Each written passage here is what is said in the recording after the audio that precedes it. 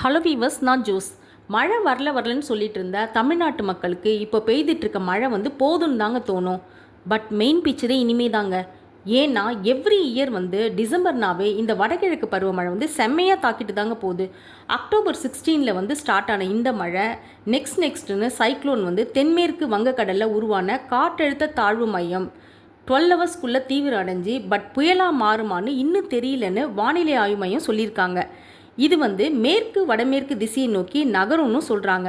வட தமிழகம், பாண்டிச்சேரி, தெற்கு ஆந்திரா இந்த கடலோர பகுதிகளில் நெக்ஸ்ட் 24 ஹவர்ஸ்க்குள்ளே காற்றழுத்த தாழ்வு பகுதியாக தீவிரம் அடைஞ்சு கரையை கடக்கும். அடுத்தது பார்த்திங்கன்னா ஒரு காற்றழுத்த தாழ்வு மையம், அதாவது தென்கிழக்கு அரபிக்கடலில் காற்றழுத்த தாழ்வு பகுதி உருவாகி இருக்கணும். இது மேற்கு திசையை நோக்கி நகர்ந்துட்டு இருக்கணும். காற்றழுத்த தாழ்வு மண்டலமாக மாறும்னு வானிலை ஆய்வு மையம் சொல்லியிருக்காங்க. செம்ம மழை இருக்குங்க. இது வரைக்கும் மழை கொஞ்சம் விட்டு தான் வந்துச்சு. ஆஃபீஸ் போகிறவங்களுக்கு ஒரு மழை ஒரு பிரேக் விட்ட மாதிரி இருந்ததுங்க. அதாவது ஷாப்பிங் பண்ணுறவங்க, மார்க்கெட்னு மழை விடுற கேப்பில் எல்லாரும் போயிட்டு வந்தாங்க. ஆனால் இனிமேல் சென்னையில் எப்படி மழை வரப்போகுதுன்னு நம்மளாம் பார்க்க தான் போகிறோங்க. அது மட்டும் இல்லை, செம்பரம்பாக்கம் ஏரி ஓப்பன் பண்ண ஸ்டார்ட் பண்ணிட்டாங்க. நேற்று ஓப்பன் பண்ணிட்டாங்க. ஓப்பன் பண்ண உடனே ஒரு உபரி நீர் அதுலேருந்து வெளியேற உபரி நீர் 100 கன அடியாக திறந்து விடப்பட்டிருக்கு. நேற்று ஸ்டார்ட் பண்ணியிருக்காங்க. அது மட்டும் இல்லை, பூண்டி ஏரியும் ஃபில் ஆகிடுச்சு. பூண்டி ஏரியிலேருந்து வினாடிக்கு 1000 கன அடி நீர் உபரி நீர் திறந்து விடப்பட்டிருக்குன்னு சொல்லியிருக்காங்க. அது மட்டும் இல்லாமல் அங்கே ஒரு அனௌன்ஸ்மெண்ட்டும் பண்ணியிருக்காங்க. கரையோர மக்களுக்கு எந்தெந்த இடத்துலலாம் அந்த தண்ணி உபரி நீர் போகுதோ, கிருஷ்ணாபுரம், ஆட்ரம்பாக்கம், ஒத்தப்பை, தாமரப்பாக்கம், மீஞ்சூர், இப்படி 60 கிராம மக்களுக்கு எச்சரிக்கை கொடுத்துருக்காங்க. சென்னைக்கு ஏற்கனவே ஆரஞ்சு அலர்ட் கொடுத்துருந்தாங்க. இப்போ சென்னை கார்ப்பரேஷன் என்ன சொல்லியிருக்காங்கன்னா, நாங்கள் ரெடியாக இருக்கோம் அப்படின்னு அனௌன்ஸ் பண்ணியிருக்காங்க. எப்படிலாம் இந்த மழை வெள்ளத்துலேருந்து மக்களை எப்படிலாம் பாதுகாக்கிறது அப்படின்ற மாதிரி நாங்கள் ரொம்ப ரெடியாக இருக்கோம்னு சொல்லியிருக்காங்க.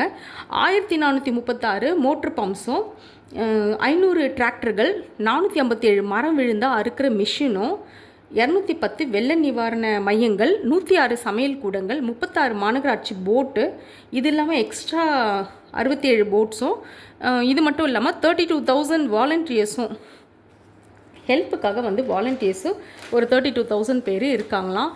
இதை தவிர்த்து இன்னும் ஏதாவது ஹெல்ப்னாலும் சென்னை கார்ப்பரேஷன் என்ன ஹெல்ப்னாலும் மக்களுக்கு பண்ணுறதுக்கு ரெடியாக இருக்காங்க அப்படின்னு சொல்லப்படுது.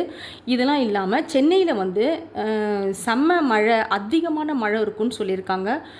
கோஸ்டல் ரீஜன் இந்த ஏரியாக்கள்லாம், கடலோர பகுதி இருக்கும் இல்லையா, அந்த ஏரியாங்கள்லாம் அதிக மழை பெய்யும்னு சொல்லியிருக்காங்க. சென்னை, செங்கல்பட்டு, திருவள்ளூர், விழுப்புரம், பாண்டிச்சேரி, ராணிப்பேட், காஞ்சிபுரம் இந்த இடத்துக்கெலாம் ரெட் அலர்ட் கொடுத்துருக்காங்க. வேலூர், திருப்பத்தூர், திருவண்ணாமலை, கள்ளக்குறிச்சி, கடலூர், சேலம், திருச்சி, புதுக்கோட்டை இங்கெல்லாம் எல்லோ அலர்ட் கொடுத்துருக்காங்க. இங்கெல்லாம் அதாவது மற்ற இடத்துலலாம் மழை பெய்யாதுன்னா கண்டிப்பாக பெய்யும். எல்லா இடத்துலையும் கொஞ்சம் அதிகமான மழை பெய்கிற இடங்களுக்கு ரெட் அலர்ட்டு, அதுக்கப்புறம் ஆரஞ்சு அலர்ட்டு, எல்லோ அலர்ட்டு அப்படின்னு சொல்லி கொஞ்சம் கொஞ்சமாக பிரித்து இது பண்ணியிருக்காங்க. மழை டைமில் மக்கள் பார்த்திங்கன்னா அன்னெசரியாக வெளியே போகாதீங்க, நெசசரியாக மட்டும் போங்க. ஏன்னா சென்னையில் செம்பரம்பாக்கம் ஏரி ரொம்ப நிரம்பி இருக்கும்போது திறந்து விடுறாங்கன்னொடனே மக்கள் வேடிக்கை பார்க்குறதுக்கெலாம் போயிருக்காங்க. காஞ்சிபுரம்லையும் கிட்டத்தட்ட எல்லா ஏரிங்களும் ஃபுல்லாகிடுச்சிங்க. பூண்டி ஏரி நிரம்பிடுச்சு. என்ன தான் போலீஸ் உங்களுக்கெலாம் பாதுகாப்பு கொடுக்குறாங்க அப்படின்னாலும் அவங்களால எவ்வளோ பேருக்குங்க பாதுகாப்பு கொடுக்க முடியும்? நம்ம தான் பாதுகாத்துக்கணும். இந்த இடத்துக்கு போகக்கூடாதுன்னா அங்கே போய் வேடிக்கை பார்க்குறது, ஏதாவது ஒரு அசம்பாவிதம் அப்படின்னா யார் பொறுப்பு?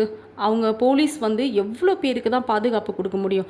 அதனால் இந்த மாதிரி மழை டைமில் வெளியில் ரொம்ப போகாதீங்க. அதிக ரெயினாக இருக்கிற நேரத்தில் வெளியே போகாதீங்க கண்டிப்பாக.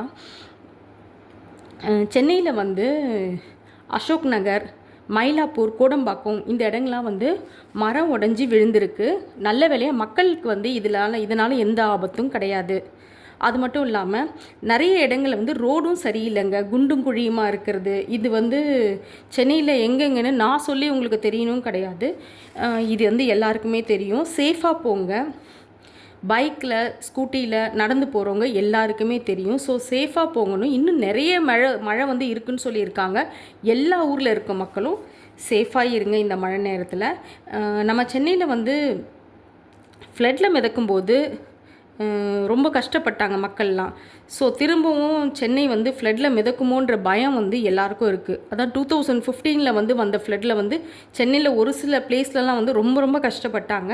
2025 வந்து ஹெவி ரெயின் இருக்கிறதுனால மக்கள்லாம் வந்து பாதுகாப்பாக இருங்க அப்படின்னு சொல்லி கவர்மெண்ட்டும் கேட்டுக்கிறாங்க. என்னோட பர்சனலான ஒரு கருத்தும் இது தான். நெக்ஸ்ட் வீடியோவில் பார்க்கலாம். பை.